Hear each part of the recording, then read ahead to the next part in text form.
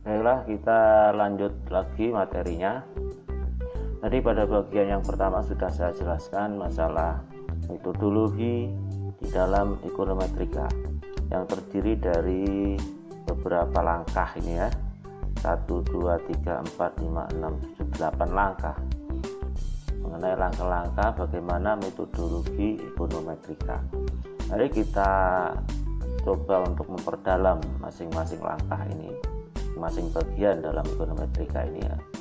Yang pertama adalah pernyataan teori atau hipotesis ya, pernyataan teori atau hipotesis. Ntar saya full screen dulu biar jelas ya. Pernyataan teori atau hipotesis, misalnya kita ambil suatu contoh yang sering kita alami sehari-hari ya, atau sering sekali dibahas dalam pembahasan teori-teori ekonomi umum ya, teori tentang pendapatan dan konsumsi, hubungan antara pendapatan dan konsumsi. Dalam ekonomi makro, pendapatan dan konsumsi ini saling berkaitan, saling berhubungan, di mana konsumsi adalah fungsi positif dari pendapatan. Artinya apabila pendapatan seseorang itu naik ya, maka akan juga menaikkan tingkat konsumsinya, karena itu posisi fungsinya di sini adalah positif ya. Apabila pendapatan seseorang itu naik, maka itu berpotensi untuk meningkatkan konsumsinya. Sebaliknya, apabila pendapatan seseorang itu turun dalam jangka waktu tertentu, maka otomatis akan menurunkan tingkat konsumsinya. Ini adalah teori pendapatan dan konsumsi ya, teori yang umum sekali kita kenal. Nah, ini juga terjadi pada dunia nyata ya. Teori ini sebenarnya sudah dikenal oleh masyarakat umum. Misalkan saja sekarang ini pada saat darurat corona ya, darurat corona ini sebagian besar pendapatan seseorang ini, pendapatan penduduk atau masyarakat ini sebagian besar menurun, apalagi yang pedagang-pedagang gitu ya, pedagang kaki lima, Gojek, itu pendapatannya menurun akibat dari lockdown ya. Nah, penurunan pendapatan ini pasti akan menurunkan konsumsinya. Nah, itu ya. Ini adalah salah satu pernyataan teori. Ini dicontohkan di sini ya. Jika pendapatan naik sebesar $1, maka konsumsi juga akan naik, akan tetapi tidak lebih dari $1. Nah, ini kenapa kok ada pernyataan akan tetapi naiknya tidak lebih dari $1? Ini mengacu dari marginal propensity to consume. Marginal propensity to consume. Apa sih marginal propensity to consume itu? Marginal propensity to consume itu adalah tingkat konsumsi masyarakat rata-rata ya, secara umum. Jadi jika pendapatan naik 1%, maka konsumsi juga akan naik, tetapi tidak lebih dari 1% karena $1 karena hipotesis yang menyatakan dalam marginal propensity to consume itu adalah tingkat marginal propensity to consume itu lebih kecil dari 1 dan lebih besar dari 0. Ini adalah teori. Apakah betul membuktikan demikian? Ya belum tentu, maka harus dibuktikan dalam uji ekonometrika. Nah, itu kan, ini kan masih teori, ya, pernyataan teori atau hipotesis. Benarkah memang demikian? Ini juga disebut sebagai hipotesis sementara. Jika pendapatan naik sebesar $1 atau $1.000, maka konsumsi juga akan naik, akan tetapi tidak lebih dari $1.000 juga. Ini kebetulan contohnya pakai dolar ya. Saya sebetulnya agak kurang suka menggunakan contoh-contoh dari luarnya, dari dolar ya. Ini kan mata uang asing ya, uang Amerika. Karena contoh yang kita jelaskan ini diambil dari bukunya Damodar Gujarati ya. Ini diambil dari Damodar Gujarati, bukunya seperti ini ya. Nah, bukunya seperti ini, saya tunjukkan bukunya. Damodar Gujarati.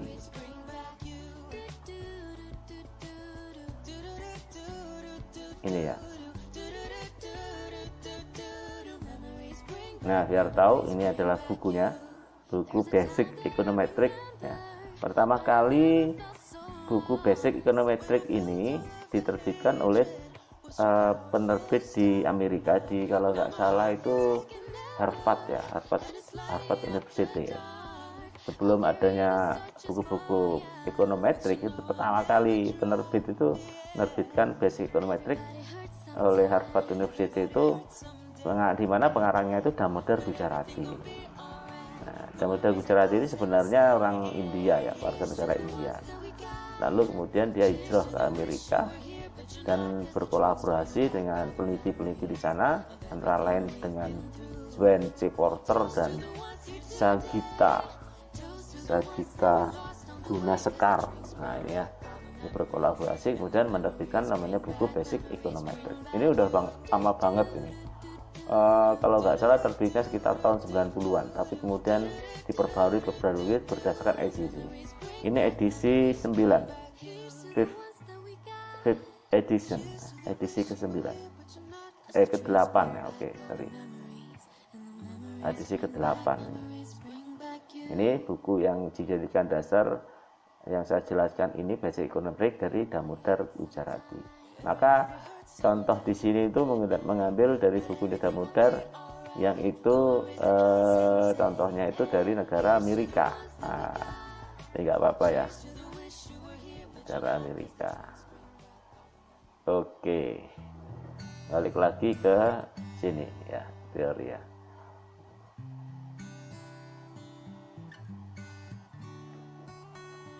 Baik, kita lanjutkan. Ini adalah pernyataan teori ya, atau hipotesis. Sudah seperti ini kira-kira contohnya. Lalu berikutnya, menyajikan model matematika dari teori tersebut. Nah ya, ini mulai masuk ke konsep ekonometrika matematika, di mana di dalam teori matematika itu kita kenal dengan persamaan garis lurus ya. Y sama dengan B1 plus B2 plus X. Ini banyak sekali simbol-simbol yang sama dengan ini. Ada penulis yang menyimpulkan Y sama dengan A plus BX, ada ya. Ada yang Y sama dengan B0 plus B1X. Nah, itu masalah simbol, saya kira tidak menjadi persoalan. Yang penting esensinya sama saja. Y adalah pengeluaran untuk konsumsi dan X adalah pendapatan. Nah, kalau di dalam teori statistik, Y itu adalah variabel dependent, variabel yang dipengaruhi, dan X itu adalah variabel independent ya, variabel independent. Jadi di dalam ekonometrika ini ada dua variabel ya. Ingat, ekonometrika adalah salah satu alat uji analisis kuantitatif. Maka dalam analisisnya dia menggunakan besaran-besaran angka, besaran-besaran kuantitas ya. Contohnya adalah dolar, rupiah, kuantitas, kilogram, ton, dan lain sebagainya. Di dalam persamaan ini ada beberapa komponen ya. Parameter dari model B1 ini adalah intercept, koefisien intercept. Karena persamaan ini adalah persamaan garis lurus ya, yang diadopsi dari persamaan matematika. Ya, garis lurus itu seperti ini ya, di gambarnya ini ya. Ini seperti gambar ini ada persamaan garis lurus, yang ini adalah sumbu X dan yang ke atas sumbu Y ya. Yang X ini adalah income dan Y itu adalah konsumsi ya. Nah, ini adalah persamaan garis lurus dari kiri bawah ke kanan atas. Ini adalah persamaan garis lurus dari persamaan Y sama dengan B1 plus B2X. B1 itu adalah intercept di sini, tinggi antara garis potong garis lurus ini dengan sumbu Y ya. Ini ada titik di sini ya. Ini adalah Tinggi ini adalah besarnya intercept dari 0 sampai tingginya titik potong ini. Ini disebut koefisien intercept. Koefisien slope atau kemiringan atau gradient itu adalah kemiringannya ini, kemiringan garis lurusnya ini, kemiringan garis lurusnya. Semakin miring artinya dia semakin elastis, semakin tinggi slope-nya. Semakin tegak berarti semakin tidak elastis atau semakin kecil slope-nya. Besarnya slope ini akan mempengaruhi dampak, dampak yang diakibatkan oleh dampak perubahan parabol X terhadap parabol Y. Kalau slope-nya miringnya ini nemen, miring banget gitu ya, miring banget, maka perubahan X ini akan berakibat besar terhadap perubahan Y. Nah, kalau dia slope-nya agak tegak, berarti elastisitasnya rendah, maka dampak perubahan X tidak begitu besar terhadap perubahan Y. Ini adalah teori garis lurus, persamaan garis lurus yang diadopsi oleh teori matematika. Oke, next. Menyajikan model matematika dari teori tersebut. Model matematis itu ada dua, ada single equation model dan a multiple equation model. Single equation model itu berarti model yang hanya terdiri dari dua variabel dengan satu variabel independen. Jadi variabel independennya itu satu dan variabel dependennya satu, seperti ini. Ini adalah single equation namanya. Satu variabel independen dengan satu variabel dependen. Kalau multiple equation itu berarti lebih dari satu variabel independennya, ada X1, X2, X3, X4 dan seterusnya. Tetapi Y-nya tetap satu dependennya, X-nya bisa lebih dari satu, itu namanya multiple equation. Jenis P-obah yang digunakan, P-obah tak bebas. Kata P-obah ini adalah persamaan dari kata variabel. P-obah ini istilahnya adalah istilah dalam teori ekonometrika, variabel itu disebut P-obah. P-obah itu adalah variabel di mana dia akan berubah sesuai dengan perubahan kuantitas. Sesuatu P-obah itu atau variabel itu atau sesuatu yang berubah sesuai dengan besarnya kuantitas yang mempengaruhinya. Ini disebut P-obah. Ada dua P-obah, P-obah tak bebas atau disebut dengan dependent variable atau endogenous variable. Ada P-obah bebas atau P-obah penjelas atau P-obah independent, independent variable dan exogenous variable. Yang P-obah tak bebas ini adalah variabel yang dipengaruhi, dan yang P-obah bebas ini adalah variabel yang mempengaruhi. Maka karena ini mempengaruhi disebut exogenous variable. Karena ini yang dipengaruhi disebut endogenous variable. Nah, ini kan sudah istilah-istilah saja ini, istilah-istilah saja. Pada model konsumsi, Y sebagai pengeluaran untuk konsumsi per dolar dan X sebagai pendapatan per dolar. Y pengeluaran konsumsi itu sebagai P-obah tak bebas atau variabel dependent, dan X pendapatan itu adalah P-obah penjelas eksogen atau variabel independen, variabel bebas. Baik, model matematis dari fungsi konsumsi yaitu bersifat deterministik. Deterministik itu pasti ya, dia bersifat eksak, bersifat kepastian, bukan probabilistik. Lawannya deterministik itu adalah probabilistik, mengandung ketidakpastian, itu probable. Kalau model matematis itu sifatnya deterministik, pasti, ilmu pasti. 1 tambah 1 2, 2 tambah 2 4, 4 tambah 4 8 dan seterusnya. 2 kali 1 2, 2 kali 2 4. Nah, itu namanya deterministik, model matematik. Hubungan eksak antara konsumsi dan pendapatan. Ini karena modelnya model konsumsi pendapatan, maka disebut hubungan eksak, hubungan yang pasti antara konsumsi dan pendapatan. Kenapa pasti? Karena memang disebut disusun berdasarkan model matematis, ya. Tapi nanti pada hasil dari analisis ekonometrik ini memang tidak istilahnya itu tidak merupakan suatu kesimpulan yang pasti, tidak ya, itu bisa istilahnya itu diinterpretasikan berdasarkan keadaan yang istilahnya itu adjustable ya. Adjustable itu bisa menyesuaikan kondisi keadaan ya. Tapi karena ini penyusunan model, dalam penyusunan model ini harus bersifat eksak dulu ya, harus eksak dulu. Tapi nanti dalam interpretasinya tidak ya. Contoh, untuk analisis regresi itu harus ada asumsi bahwa hal-hal yang tidak termasuk dalam model itu dianggap tetap ya, dianggap tetap.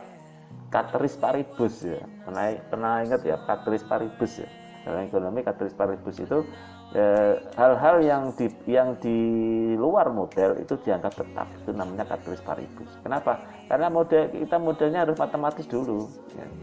Ada asumsi di sini, harus ada asumsi cateris paribus. Dalam prakteknya konsumsi tidak hanya dipengaruhi oleh pendapatan. Nah ini kan tidak hanya pendapatan saja yang membuat konsumsi, ada faktor lain, misalnya jumlah anggota keluarga, jumlah umur. Semakin besar umur seseorang, semakin besar konsumsinya, semakin besar kebutuhannya ya kan ya, ini contohnya. Oke, next.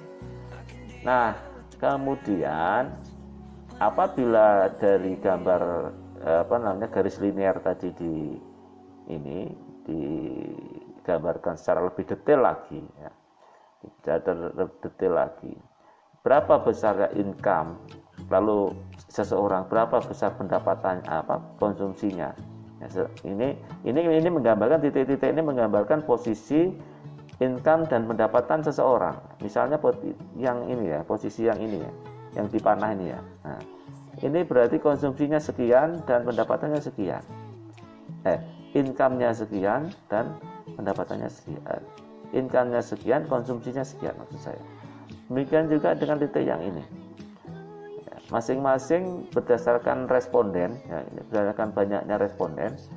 Nah, ini misalnya ada 10 responden, ini ada 10 titik kalau ada 10 responden. Masing-masing responden kan income-nya beda, konsumsinya beda.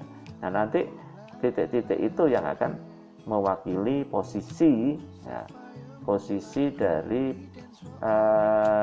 masing-masing konsumsi dan pendapatan seseorang ini di dalam model garis lurus ini ya, model garis lurus ini. Sehingga sebenarnya model garis lurus ini ditarik berdasarkan dari posisi masing-masing titik di mana responden ini berada, di titik mana dia. Kalau income-nya 1000, berapa konsumsinya, kalau income-nya 2000, berapa konsumsinya gitu kan. Sehingga ditariklah garis lurus, membentuk suatu garis lurus. Garis lurus ini sebagai disebut sebagai mewakili dari hubungan antara income dan konsumsi masing-masing individu. Jadi ini sifatnya estimasi, tidak tepat betul pas titiknya ini ya. Ini sifatnya estimasi. Tidak ada pengapalan titik yang berada tepat di atas garis model matematisnya. Mungkin ada beberapa, semakin banyak yang tepat berarti prediksi dari model matematis itu semakin bagus.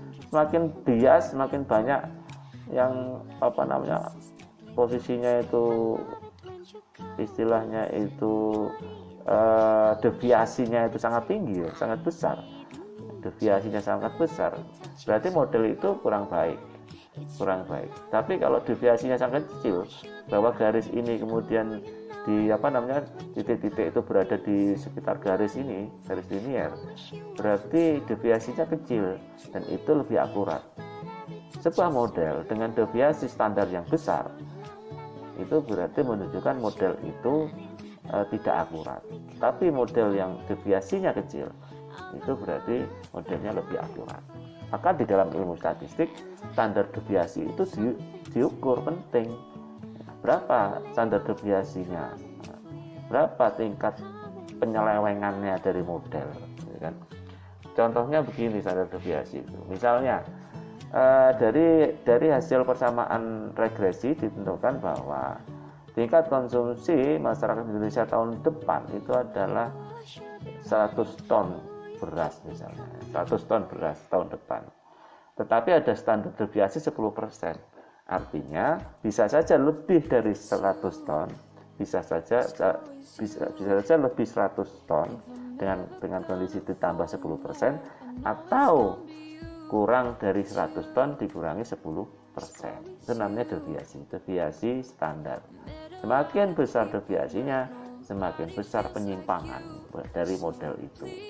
Model yang baik itu yang memenuhi kriteria goodness of fit. Nah, ya. Nanti akan kita jelaskan itu pada saat kita masuk ke aplikasi SPSS ya. Mengapa harus goodness of fit? Oke. Next. Menyajikan model statistika atau model ekonometrika. Setelah tadi sudah melalui tahap pemodelan matematik, ya, lalu kemudian garis regresi linear tadi itu kita masukkan ke sini, ya. Nah, ya, ini sebagai model ekonometrik. Bedanya persamaan matematis dengan persamaan statistik dalam ekonometrik ini adalah itu ditambah dengan variabel ini ada variabel U atau unsur galat. Ini U itu adalah unsur galat. Ini sebagai penciri ya, penciri model. Kalau yang tadi kan enggak.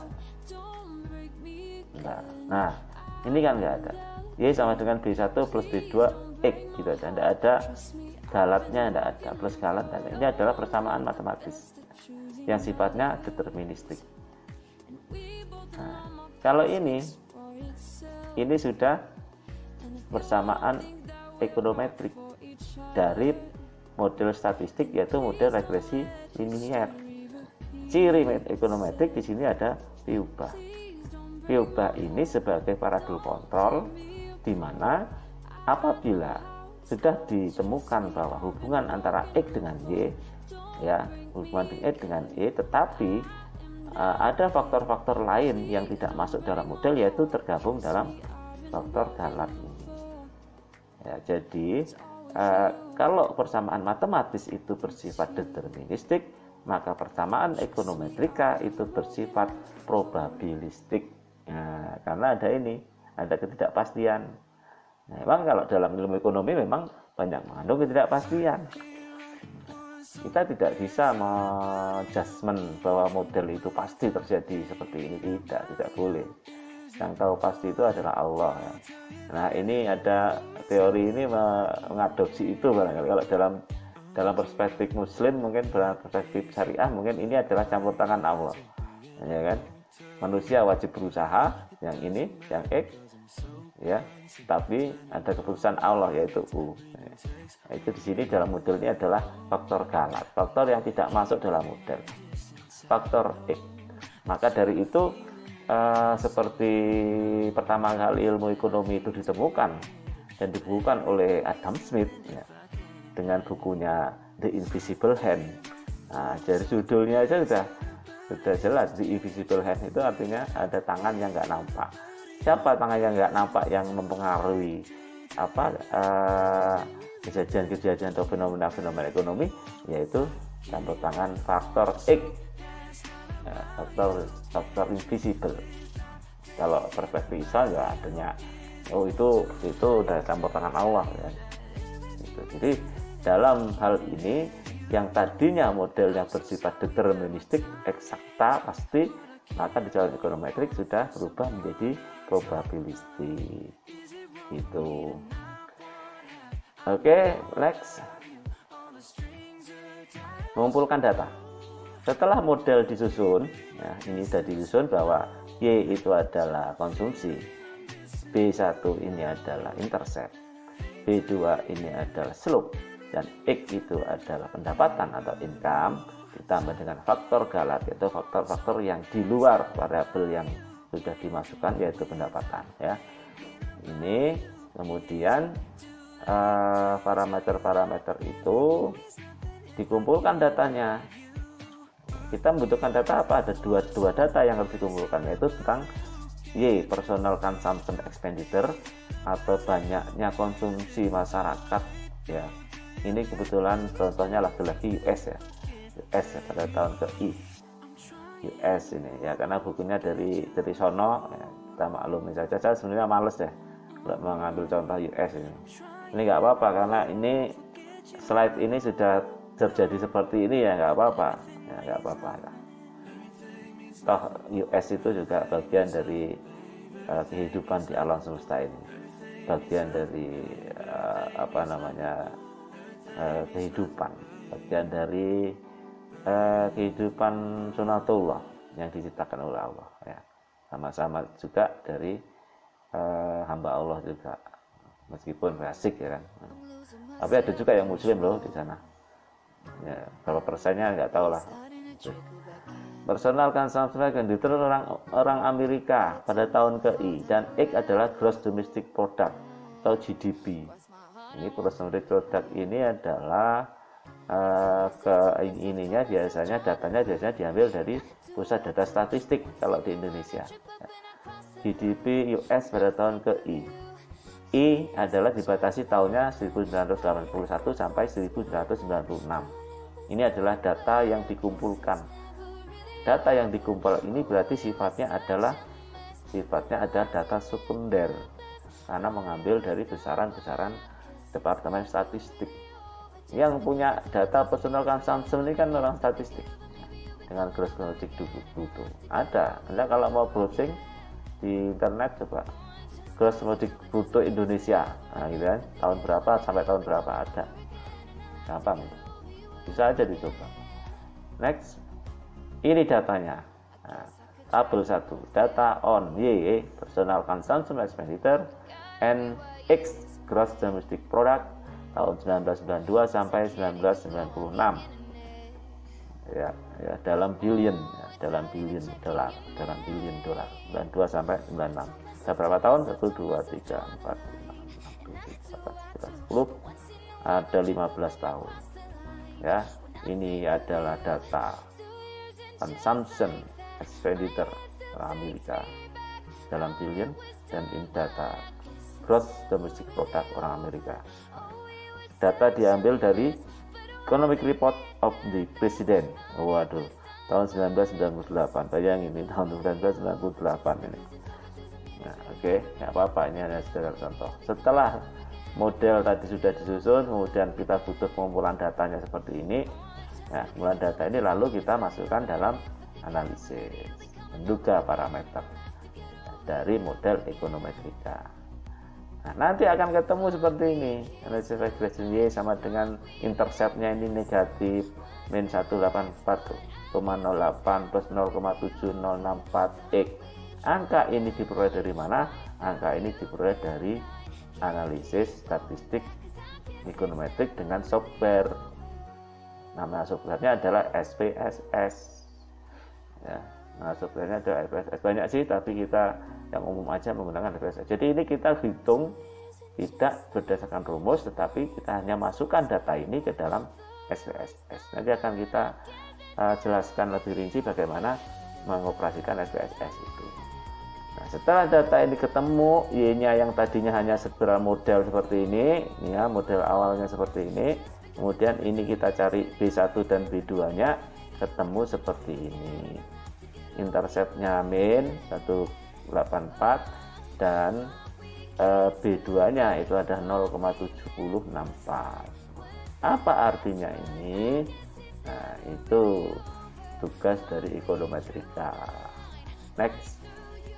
Nah, bentuk garisnya adalah seperti ini. Ya, bentuk garisnya adalah seperti ini. Ini ada GDP. Ya, ini adalah consumption expenditure. Garis ini berdasarkan dari data ini ya, dari data ini. Oke. Next. Lalu kita ajukan uji hipotesis. Tadi ini MPC-nya lebih besar dari 0 dan lebih kecil dari 1. Benarkah? Dari pendudukan model diperoleh B2 sama dengan betul. Nah, B B2 sama dengan atau slope 0,7064. Apakah angka tersebut secara statistik memang kurang dari 1? Iya. Ya, statistik pengambilan keputusan, statistik inferensi kurang dari 1. Oke, melakukan peramalan. Jika model hasil pendudukan nyata secara statistik dapat digunakan untuk peramalan. Nah, data ini kemudian model ini kemudian bisa dijadikan untuk ramalan. Caranya begini nih. Datanya kan sampai 96 ya. Ini sampai 96. Berapa kemudian tingkat konsumsi tahun 97, maka digunakan model ini. Nah ya, masukkan ini slope intersect-nya sekian, slope-nya sekian, x-nya berapa? Kita cari ini x-nya dengan rumus ya.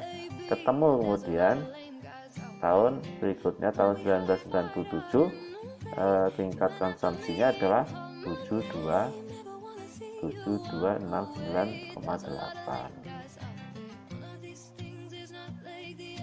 Nah, dengan demikian tingkat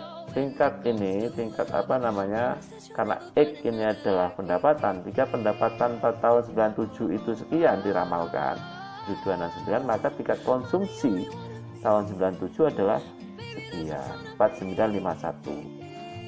Kita lihat datanya, yang ini adalah 47111, ini 6928 ya.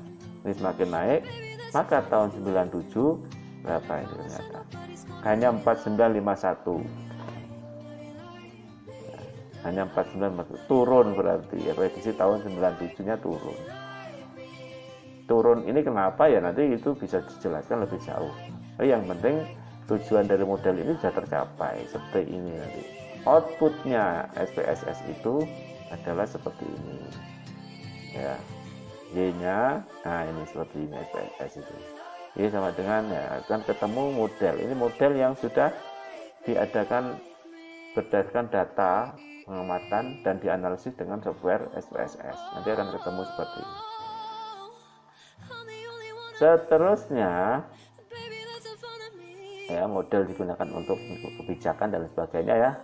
Tadi untuk peramalan dan sebagainya. Nah, nanti model ini kemudian kita investasikan ya. Kita investasikan di dalam analisis statistik regresi. Ya. Nah, interpretasi dari model yang sudah didapat ini nanti akan kita sampaikan pada tatap muka berikutnya. Untuk tatap muka ini saya cukupkan sekian, mudah-mudahan ini bisa menambah pengetahuan tentang ekonometrika dan mahasiswa semakin paham apa sih ekonometrika. Saya yakin pemahaman ini akan gradual ya, artinya itu sedikit demi sedikit, tidak Anda langsung paham. Nanti setelah tahu implementasi di lapangan pasti Anda semakin tahu bagaimana ekonometrika itu apa sih sebenarnya. Hakikat dari ekonometrika itu apa. Dari sini sudah separuh ya, kita sudah menemukan model seperti ini ya. Meskipun belum holistik, belum semuanya tersampaikan, nanti insya Allah kedepannya Anda semakin lama semakin mengerti. Itu saja untuk materi saat ini. Saya akhiri. Assalamualaikum warahmatullahi wabarakatuh.